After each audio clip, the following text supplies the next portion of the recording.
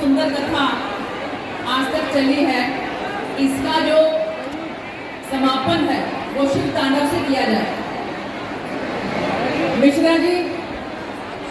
आप जैसे जैसे प्रसाद देते रहेंगे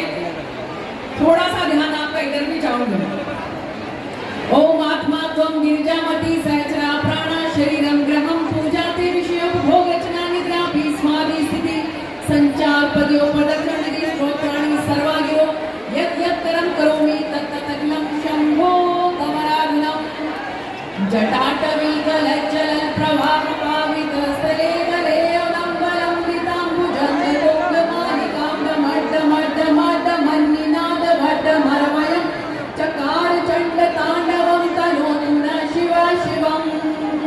जटाकटाह संभ्रमं ब्रह्मलिम्पनिधरी विलोलगीचि वल्लरी विराजमान मुरधरी धगद् धगद् धगद् ज्वलन दाटपट्ट पावके किशोर चंद्रशेखरे रति प्रतीक्षणं मम धराधरेन्द्र नंदनी विलास बंधु बंधुरस दिगंत संतति प्रमोदमान मानसे कृपा कटाक्ष धोरणी निरुद्ध धुरधरावली कचित दिगंबरे मनो विनोद में तु वस्तुनि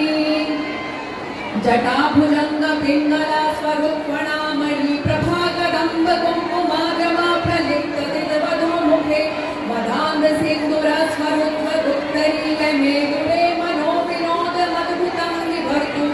भर्तरी